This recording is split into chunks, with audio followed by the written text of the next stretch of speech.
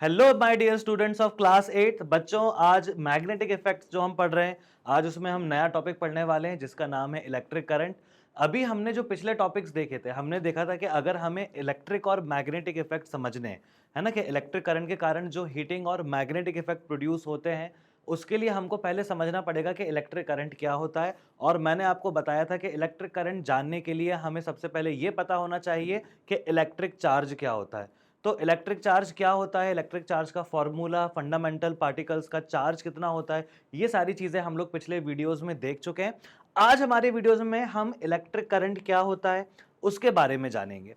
ठीक है ना, तो स्टार्ट करते हैं भाई।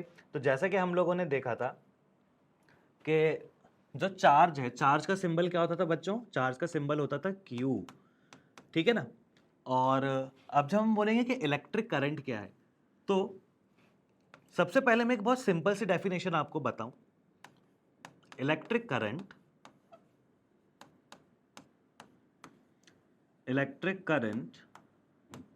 Is rate of flow of charge. क्या है बच्चों electric current? Electric current is rate of flow of charge. Electric current is rate of flow of charge.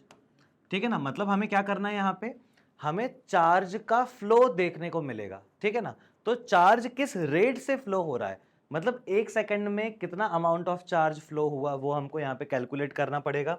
तो electric current is the rate of flow of charge. ठीक है ना, इसको हम mathematically क्या लिखेंगे, आई कैपिटल आई इसका सिंबल होता है। इलेक्ट्रिक करंट का है ना, जो सिंबल होगा इलेक्ट्रिक करंट, इसका सिंबल क्या होगा बच्चों, कैपिटल आई। तो capital I will be Q by T, ये डेफिनेशन हमको मिलेगी। ठीक है, तो सब लोग याद करेंगे सभी बच्चे, electric current is the rate of flow of charge. और इसका मतलब क्या होगा, इसका मतलब होगा क्यू बाय टी। ठीक है, तो यहां पे सबसे पहले देखिए चार्ज फ्लो कब करेंगे भाई।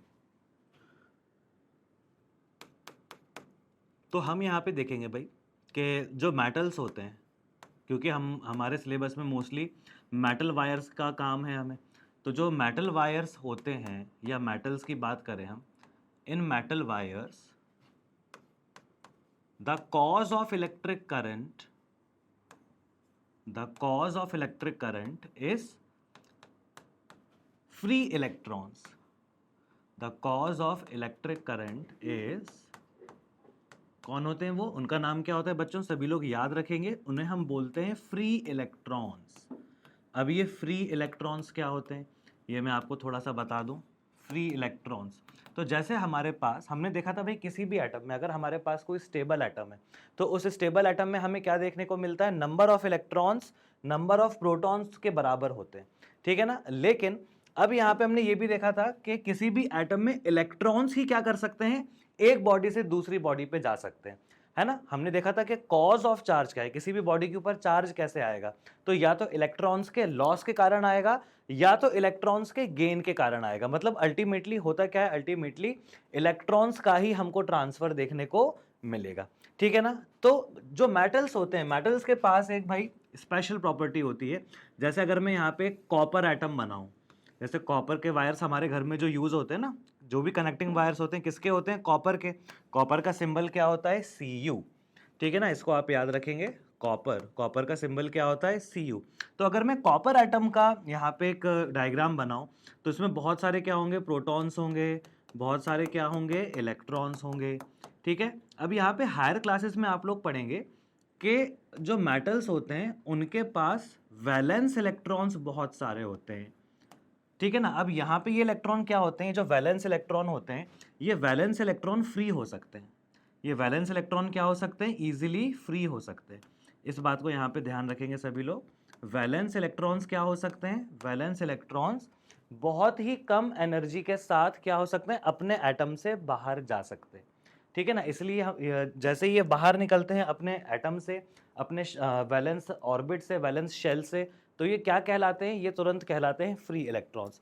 तो अगर हम देखते हैं एक कॉपर वायर, तो कॉपर वायर में जो बहुत सारे एटम्स होंगे, जो बहुत सारे कॉपर एटम्स होंगे, हर एटम क्या कर देगा भाई, अपने एक एक या दो दो इलेक्ट्रॉन्स को क्या कर देगा, फ्री कर देगा। एक एक दो दो इलेक्ट्रॉन्स को क्या कर देगा, फ्री कर देगा। हर एटम से क्या होगा, एक इलेक्ट्रॉन या दो इलेक्ट्रॉन फ्री हो चुका है। और किस कारण फ्री हो चुका है? फ्री हुआ है एक्सटर्नल थर्मल एनर्जी के इन्फ्लुएंस में, ठीक है ना। थर्मल एनर्जी मिली जैसे ही, जो सराउंडिंग टेम्परेचर है, surrounding temperature is responsible for the thermal energy. जैसे ही थर्मल एनर्जी मिलेगी तो क्या होंगे? इलेक्ट्रॉन्स फ्री हो जाएंगे। फ्री होके ऐसा नहीं है कि वो उस कॉपर वायर के बाहर निकल आएंगे, अपने एटम से फ्री होके, जैसे दो एटम के बीच में जो छोटी सी स्पेस है वो उस स्पेस में घूम सकते हैं। आई बात समझ में? फ्री होने का मतलब ये बिल्कुल भी नहीं है कि वो वायर छोड़ के बाहर निकल जाएंगे, ऐसा नहीं होने वाला है, ठीक है। तो हर एटम ने कंट्रीब्यूट किया, एक एक दो दो इलेक्ट्रॉन को क्या किया? फ्री किया। तो ये इलेक्ट्रॉन क्या कहलाए? फ्री इलेक्ट्रॉन कहलाए। ये एटम्स के बीच की स्पेस में इजीली घूम फिर रहे हैं, ठीक है ना। अब क्या होगा? अब होगा कि भाई अब हमें यहाँ पे चार्ज पार्टिकल मतलब यूं ही मिल गए। पहली चीज तो जो इलेक्ट्रॉन है ना, इलेक्ट्रॉन को पुल आउट करने के लिए हमको एफर्ट नहीं करना पड़ रहा है, वो काम टेम्परेचर ने ऑलरेडी कर दिया है। टेम्परेचर के कारण इलेक्ट्रॉन्स क्या हो चुके हैं बच्चों? फ्री हो चुके हैं। अब हमें क्या करना है? अब हमें इन इलेक्ट्रॉन्स को एक ही डायरेक्शन में मूव करवाना है, ठीक है ना। क्योंकि इलेक्ट्रिक करंट की डेफिनेशन हमने क्या देखी थी अभी? Rate of flow of charge. मतलब हमें चार्ज का फ्लो करवाना पड़ेगा। फ्लो करवाना मतलब उन्हें एक ही डायरेक्शन में मूव करवाना पड़ेगा, ठीक है। तो ये इलेक्ट्रॉन अभी रैंडमली मूव कर रहे हैं। अब हम क्या करेंगे? अब हम सेल लगाएंगे। क्या लगाएंगे बच्चों? अब हम लगाएंगे सेल। तो सेल का काम क्या होता है? सेल के जो टर्मिनल्स होते हैं, है ना, जो बड़ा वाला टर्मिनल होता है उसको हम क्या बोलते हैं? पॉजिटिव। या फिर ऐसा कह लीजिए कि पॉजिटिव को शो करने के लिए हम टर्मिनल को बड़ा बनाते हैं, नेगेटिव को शो करने के लिए टर्मिनल को हम छोटा बनाते हैं, ठीक है। तो हम जैसे ही सेल लगाएंगे, सेल लगाने के कारण क्या होगा?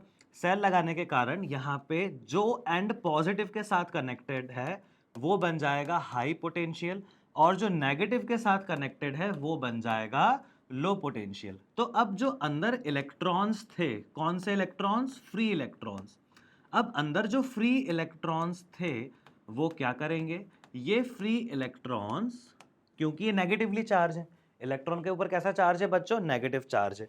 तो ये फ्री इलेक्ट्रॉन्स क्या करेंगे? ये फ्री इलेक्ट्रॉन्स पॉजिटिव टर्मिनल की तरफ अट्रैक्ट होंगे and they will start moving towards the positive terminal, जैसा कि आप लोग देख रहे हैं।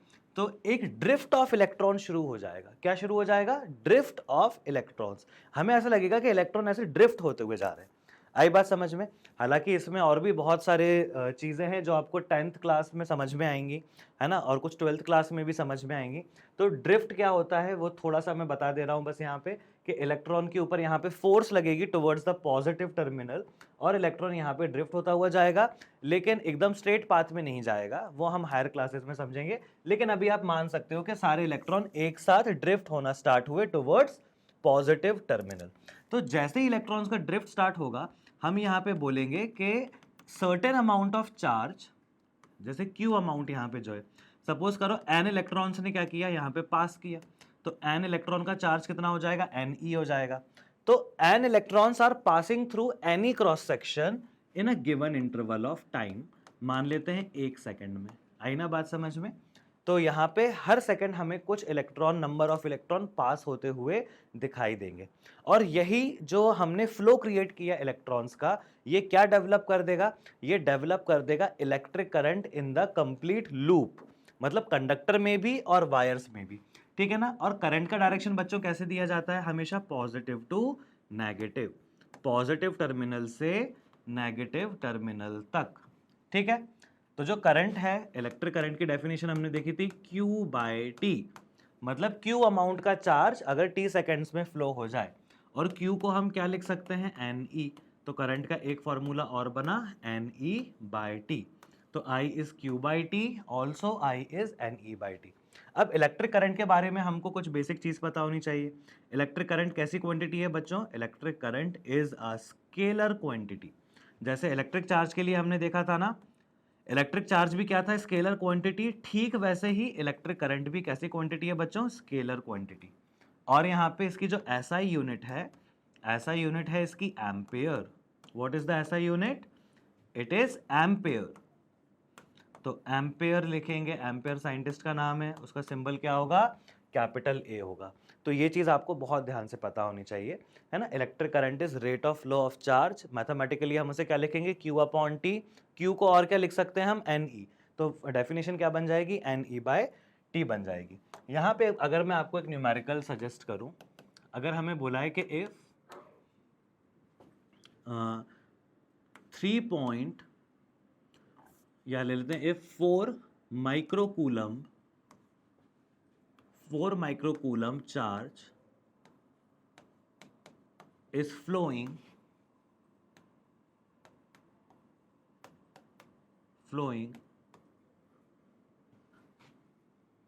through an area in 2 millisecond, find current। अगर 2 मिलीसेकंड में 4 माइक्रोकूलम का चार्ज फ्लो हुआ तो बताइए कितना करंट प्रोड्यूस हुआ, ठीक है ना। तो यहाँ पे सिंपल हमें अपना क्या करना है, डेफिनेशन के अकॉर्डिंग चलना है। तो I इक्वल टू हम क्या लिखेंगे, Q/T लिखेंगे, और यहाँ पे Q की जगह क्या आ जाएगा बच्चों, चार्ज आ जाएगा। तो यहाँ पे पहले आपको कुछ बातें पता होना चाहिए। जैसे मैंने लिखा है 4 माइक्रोकूलम, इसको मैं क्या लिखूंगा, इसको मैं लिखूंगा 4 × 10⁻⁻6 कूलम। तो माइक्रो का मतलब क्या होता है, माइक्रो का मतलब होता है 10⁻⁻6, और यहाँ पे टाइम हमें दिया गया है 2 मिलीसेकंड।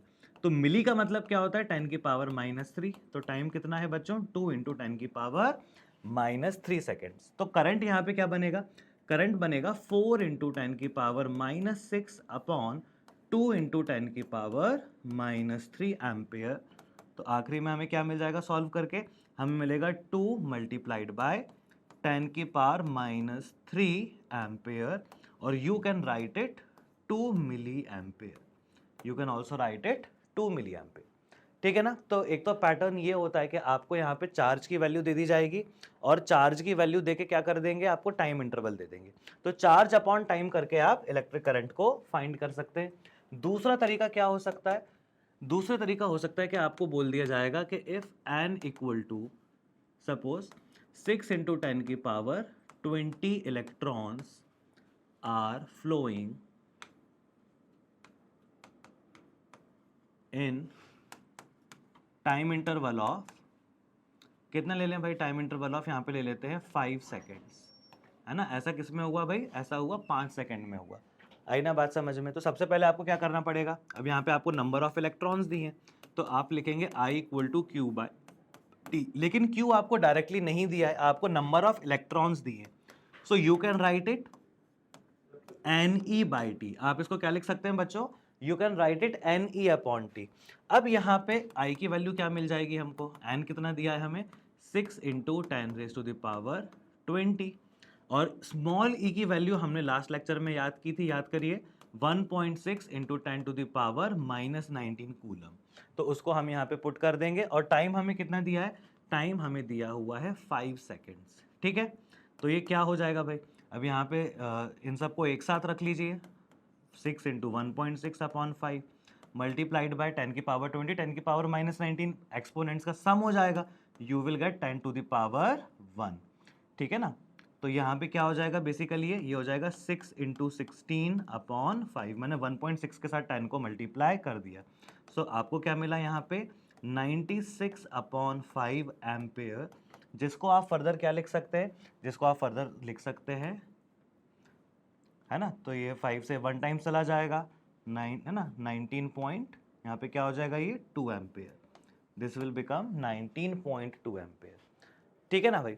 तो इसको इस तरीके से आप सॉल्व कर सकते हैं। तो या तो न्यूमेरिकल आपको Q/T के लिए मिलेगा या NE/T के लिए मिलेगा, है ना। दोनों तरीके से आपको करना आना चाहिए, ठीक है। So this was all about electric current. Electric current का अब जो इफेक्ट्स होंगे हम उनके बारे में बात करेंगे, है ना। तो बच्चों बने रहिए आपके फेवरेट चैनल डेफिनेट सक्सेस पाठशाला पे। Thank you.